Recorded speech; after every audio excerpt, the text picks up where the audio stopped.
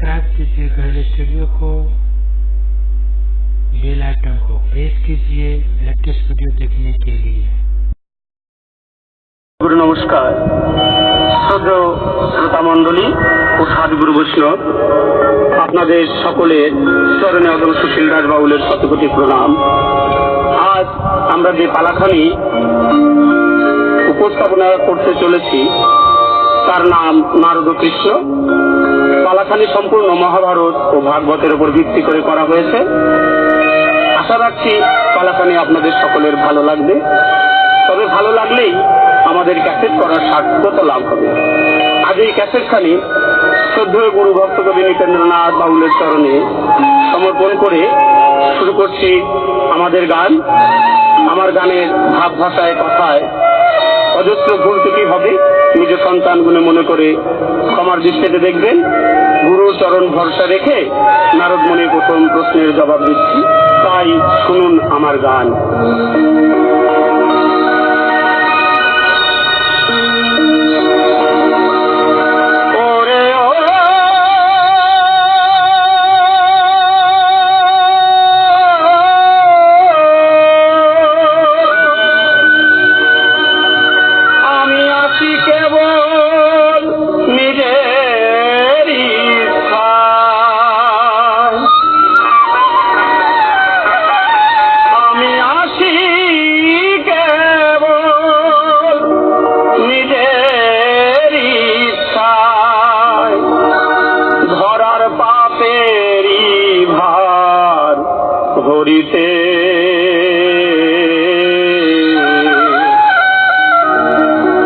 আসি না গো মাতা পিতা রজবীজেতে,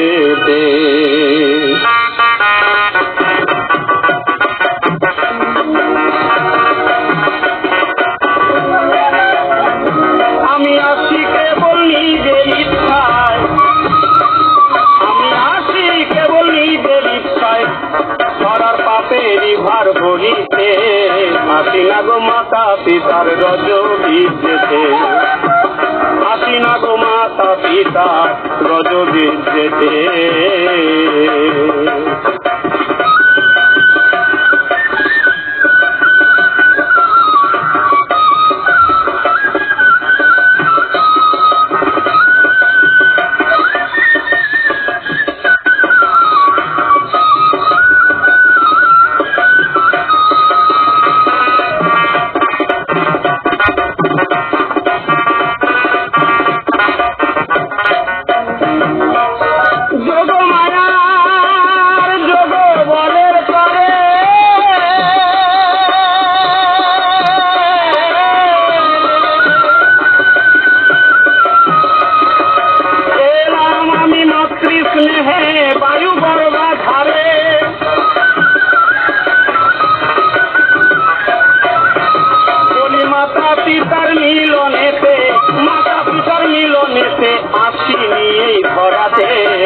রজবীজেতে আসি না গো মাতা পিতার রজবীজেতে, আসি না গো মাতা পিতার রজবীজেতে।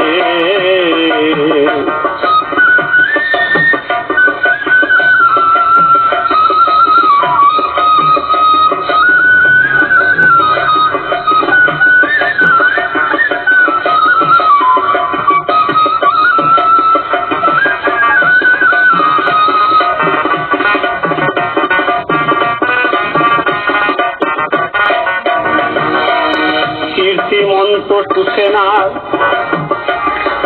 ভদ্র সেনকে পায়, উদারতি সংবর্ধনে দিল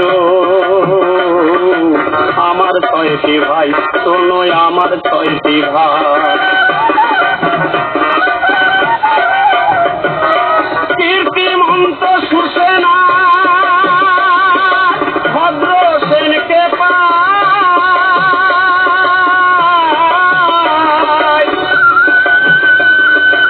উদারতি সংবর্ধনে রিজু আমার ছয়টি ভাই।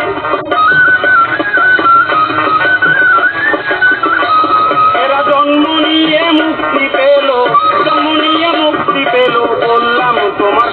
পিতাতে রজবীর্যেতে, আসি না গো মাতা পিতার রজবীর্যেতে, আসি না গো মাতা পিতার রজবীর্যেতে।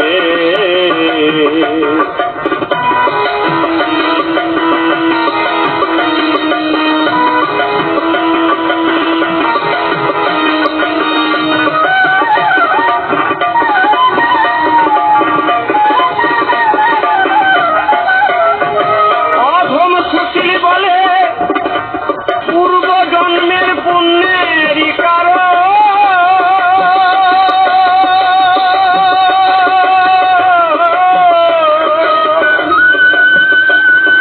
নন্দরার যশোদা পেল ও গো শ্রীমধুসূদন।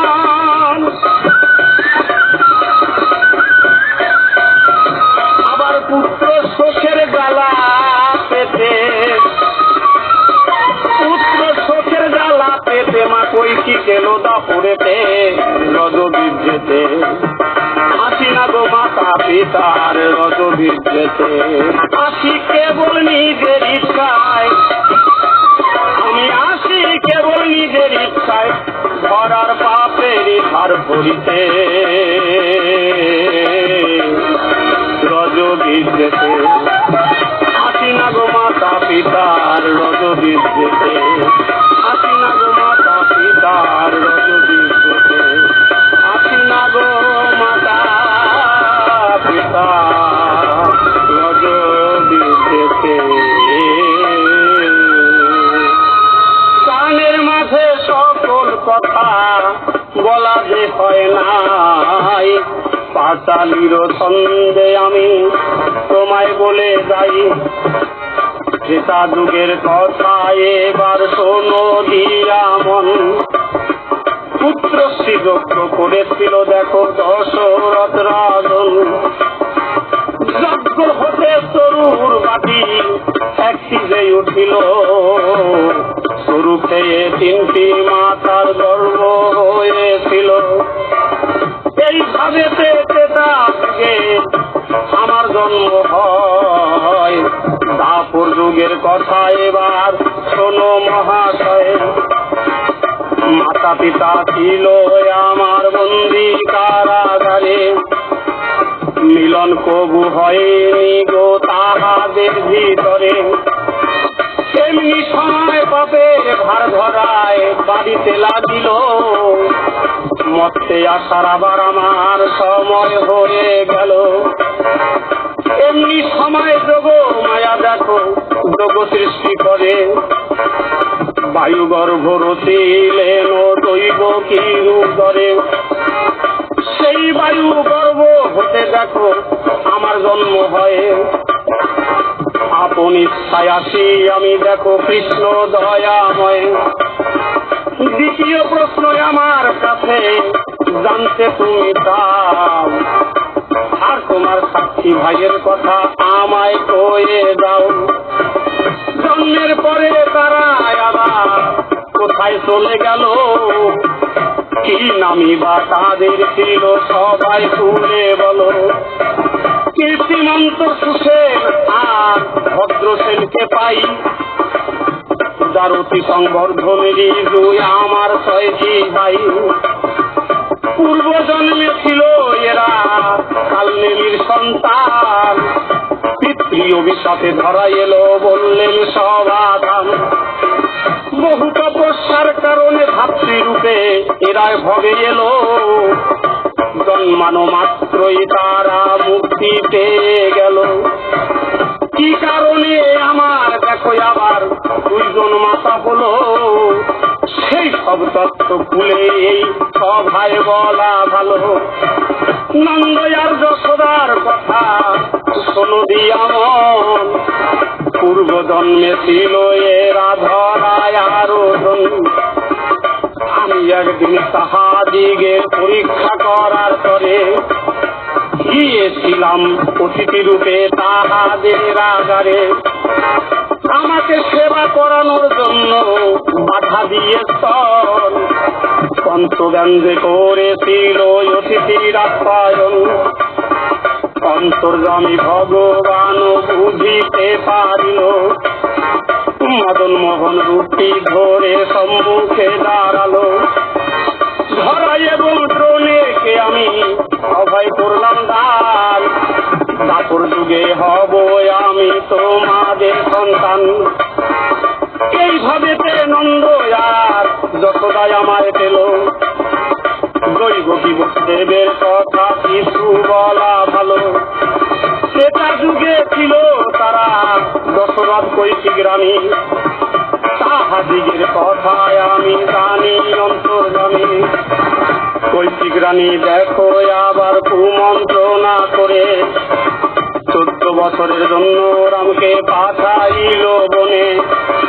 ব্যথা পেয়ে কৌশল্যা রানী অভিশাপ দেয়, পরজন্ম পুত্র শোকের জ্বালা ভুগিবে ধরায়। এইভাবে দৈবকী রানী শোকের জ্বালা পেল, 2 জন মাতা যা করেছে বলা হয়ে গেল। একটা ভাবের কথা করলো জিজ্ঞাসন, সাধ্য মতো জবাব করলাম, শুনলেন ভক্তগণ। দেখি আবার সে এসে কোন কথা কয়, আবার কোন ভাবে দিয়ে তার ভাবের পরিচয়। আছেন যত সাধু গুরু বৈষ্ণব গোসাই, আপনাদের স্বীকার করে কোনো টিকা নাই। যা কার বেশি কথা বলবো না, ছেড়ে দিয়ে যাবো এবার কাব্যের আলোচনা। এইখানেতে প্রথমবারের ভাবসাঙ্গ করি, আপন আপন গুরু গোসাই প্রেমানন্দে বলো হরি হরি।